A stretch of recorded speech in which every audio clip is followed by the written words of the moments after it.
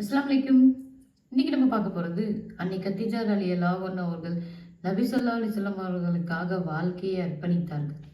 சில நாட்களுக்கு பின் மக்கா வாசிகளான குறைஷியர்கள் ரசூலுல்லாஹ் அவர்களுக்கு பகிரங்கமாக தொந்தரவு கொடுக்க ஆரம்பித்தார்கள்.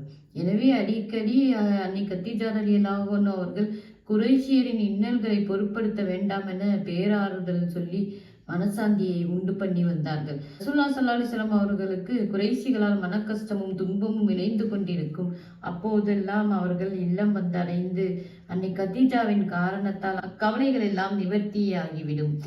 அன்னை கத்தீஜா ரலியல்லாஹு அன்ஹா அவர்கள் ரசூலுல்லாஹ்வின் உபதேசங்களை ஏற்றுக்கொள்வதுடன் குறைஷிகளின் இம்சைகளை எல்லாம் சர்வசாதாரணமாய் நினைக்கும்படி செய்து வந்தார்கள். நபித்துவம் பெற்ற 7ஆம் ஆண்டில் இஸ்லாத்தை அழித்து ஒழித்திட வேண்டும் என கங்கணம் கட்டி கொண்டிருந்தனர் குறைஷிகள். ரசூலுல்லாஹி ஸல்லல்லாஹு அலைஹி வஸல்லம் அவர்களையும் அவர்களின் உறவினர்களையும் ஒரு பள்ளத்தாக்கில் கைதிகளைப் போல அடைத்து வைத்து விடுவதென தீர்மானித்தார்கள். எனவே அபுதாலிப் அவர்கள் வேறு வழியின்றி பனு ஹாசிம் குடும்பத்தார்களுடன் ஷிஃபா என்னும் அபுதாலிப் என்னும் பள்ளத்தாக்கில் போய் தங்கினர். இவர்களுடன் அன்னை கத்தீஜாவும் இச்சிறையில் வந்து புகுந்து கொண்டார்கள்.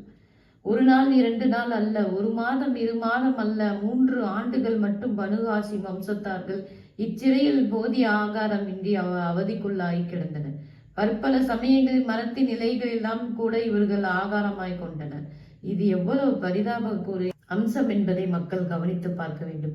இது சமயம் ஒரு நாள் ஹக்கீம் இப்னு ஹஜாம் அன்னை கத்தீஜாவின் சகோதரரின் மகன் ஆவார். அன்னை கத்தீஜாவுக்கென்று சிறிது ஆகாரத்தை தெரியாமல் அனுப்பி வைத்தார். எதிர்பாரா வண்ணம் அபுஜஹல் இதை கண்டு கொண்டு தடை செய்தான்.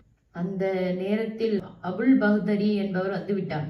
இவர் இதில் குறுக்கிட்டு இப்னு ஹஜாம் தனது அத்தைக்கு அனுப்பும் சிறிது ஆகாரத்தை நீர் தடை செய்கிறீரா என்று கண்டிக்கும் அபுஜஹல் விட்டுவிட்டான். இம்மாதிரியான மரண அவஸ்தையிலும் ஒரு பெரிய சீமாட்டி தம் கணவரின் கஷ்டத்தில் பங்கு கொண்டார் என்னும் பாடத்தை நம் பெண்மணிகளும் கற்றுக்கொள்ள வேண்டும். தொடரும் இந்த பயணம்.